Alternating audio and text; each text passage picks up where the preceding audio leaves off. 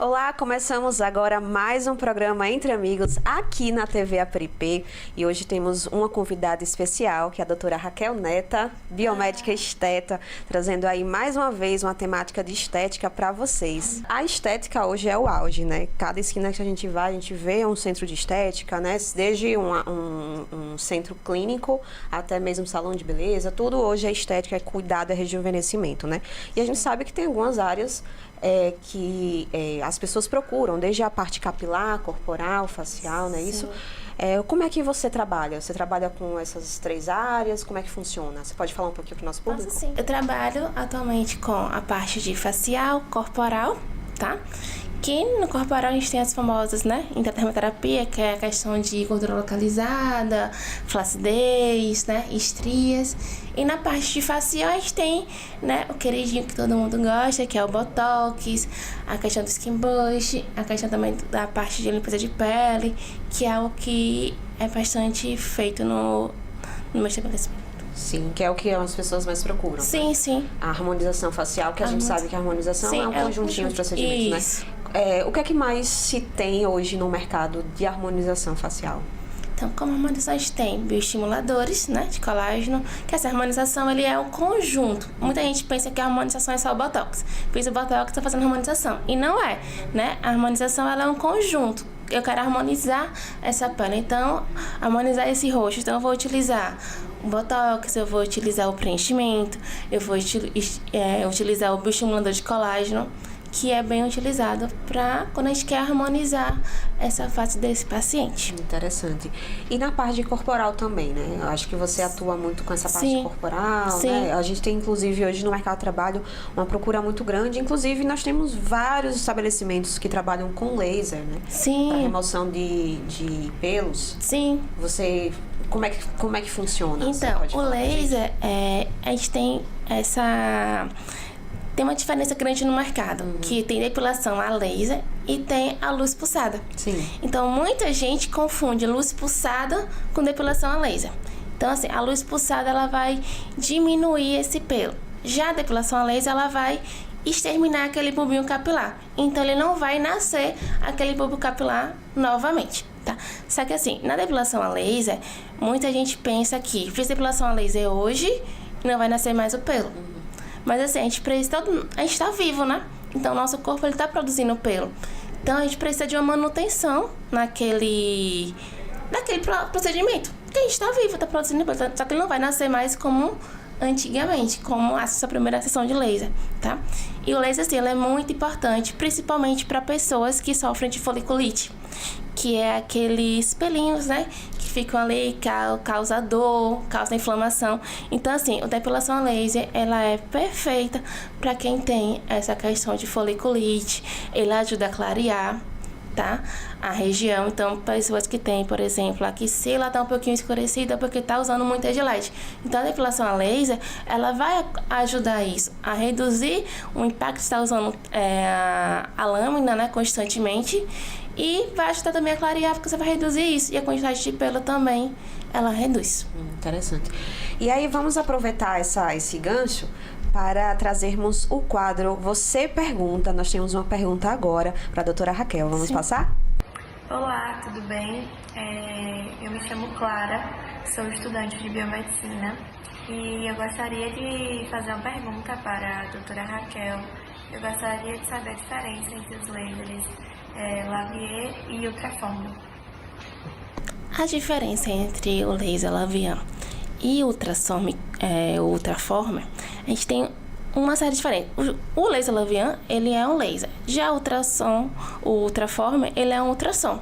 Então, o laser Lavier, ele está sendo bem conhecido atualmente, né? Muitas famosas estão usando. Então, assim, tanto o laser Lavier quanto o ultraformer. Porém, o ultraformer, ele é uma coisa que vai ser mais profunda. Por ele ser um ultrassom, ele consegue atingir outras proporções da pele, que o laser Lavier ele não vai conseguir. Por exemplo, o ultraformer, ele vai conseguir dar esse contorno, ele vai melhorar a flacidez, ele vai ter aquele lift facial. Já o laser Lavier, ele vai dar aquele melhorar a melasma, melhorar os poros dilatados. Ele vai trazer a beleza da pele, o rejuvenescimento também, mas de uma forma mais não tão profunda quanto o Ultraforma. Então, assim, cada um vai ser utilizado de acordo com a necessidade do paciente. Raquel, eu posso utilizar os dois? Sim, tem como a gente utilizar os dois, porque os dois não vão trabalhar na mesma área. Quando a gente utiliza ele em conjunto, um vai ajudar o resultado do outro. Então, assim, eles são muito bons. E eu posso usar os dois na mesma sessão? Não. A gente faz primeiro um e depois a gente vai fazer outro. Tá, intercalando. Intercalando, interessante. Certo. É muito legal saber, né, a diferença desses dois equipamentos. São equipamentos, Sim, são equipamentos. Né, que os pacientes podem utilizar e tudo de acordo com a avaliação. Com a avaliação antes. Porque assim, né? muitos pacientes já chegam, eu quero fazer Ultraforma. Porque a gente vê o pessoal falando, Ultraforma. Só que às vezes a pessoa nem tem essa necessidade de fazer Ultraforma. Então, assim, é essencial passar por uma avaliação antes, pra ver se realmente aquele procedimento vai ser pra você. Porque às vezes pode ser pra pessoa A, mas o B não é a mesma coisa. Então, a gente precisa ter essa avaliação mais personalizada. Sim. E eles podem andar em conjunto. E são equipamentos que podem atuar com várias disfunções. Sim, atuar com várias disfunções, tá? Principalmente para melasma. Paciente com melasma, o Ultraforma ele não vai ser bem-vindo, mas o laser Lavian vai. Tá? Porque ele vai atingir as camadas mais superficiais. E já o Ultraforma são as camadas mais profundas. Tem a questão do mecanismo de ação. Também. Interessante. Muito legal, gente. Vamos para mais uma pergunta. Temos mais uma pergunta aqui, tá? Para vocês.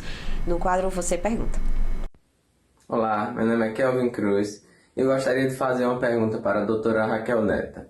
Eu gostaria de saber se o biomédico pode atuar com PMMA. Muito obrigado. Então, o biomédico está ouvindo falar muito sobre o PMMA. Então, assim, o PMA, que é o polimetilacrilato, ele não é utilizado por biomédicos, tá?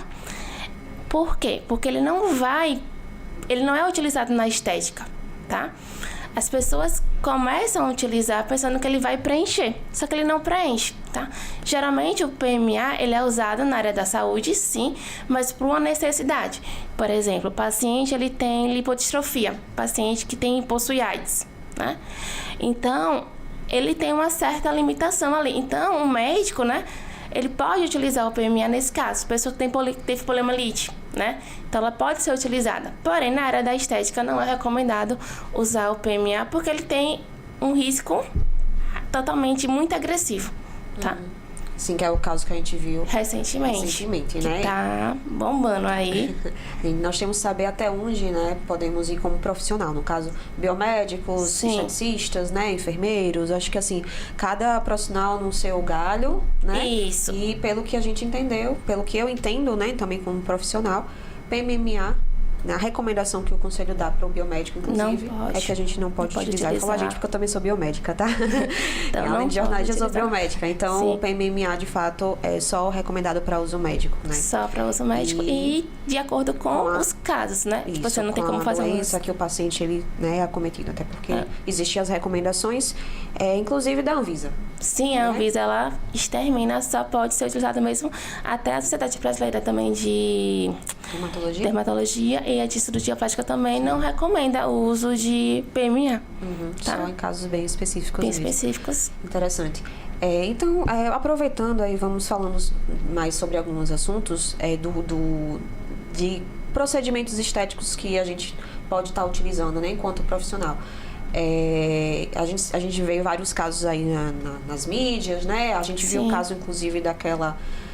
eu não vou dizer esteticista, porque ela não é esteticista, de fato. Foi divulgado que ela era esteticista, né? Que ela fez uso do pilindifenol. Sim, sim. E, na verdade, não podemos usar o pilindifenol. A gente passou até em um dos programas aqui anteriores, a gente falou sobre isso com a doutora Mayra, né? Sobre o uso do pilindifenol em concentrações diferentes, né? A gente sabe que a concentração do pilindifenol mais baixa, até a gente poderia utilizar o pilindifenol atenuado. Sim, né? sim. Mas é uma situação bem complicada. A gente sabe que passa na mídia e acaba atingindo todas as classes. Sim, né? E também por ter, né, hoje em dia a gente tem cursos online, assim, ajuda bastante, mas a pessoa precisa além do curso online, precisa se especializar. Porque a gente precisa estar em prática, né? A estética não é eu fazer um curso e pronto. A gente tem que estar sempre se atualizando ali.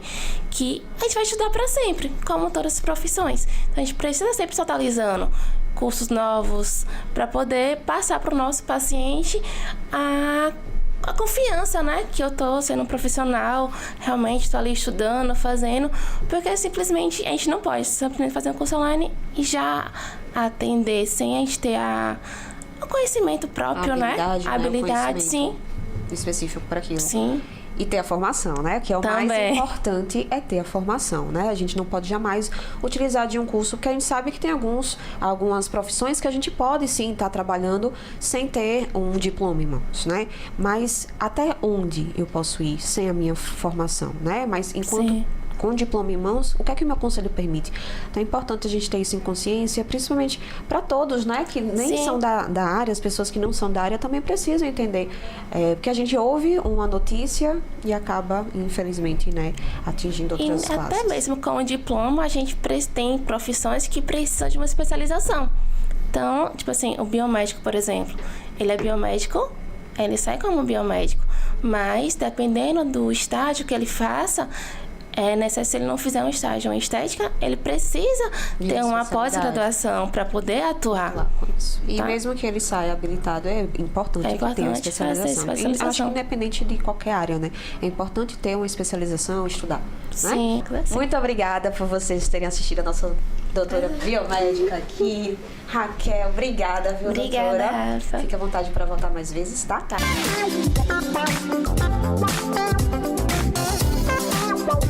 Thank you.